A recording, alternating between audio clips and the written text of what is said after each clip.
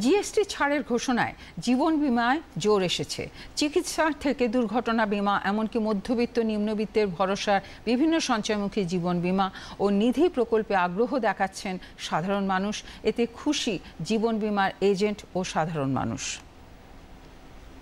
জিএসটিটা 18% থেকে 0% করা হলো, এতে সাধারণ মানুষ এবং আমাদের বীমা শিল্পের সঙ্গে যারা জড়িত তাদের অনেক উপকৃত হবে। বহুদিন ধরে এজেন্টদের একটা দাবি ছিল যে এলআইসির যে পলিসিগুলো আছে সেখান থেকে জিএসটি প্রত্যাহার করে নেওয়া, এবং এই জিএসটি প্রত্যাহারের জন্য দীর্ঘদিন ধরে এই এজেন্টরা আন্দোলন করে আসছিল।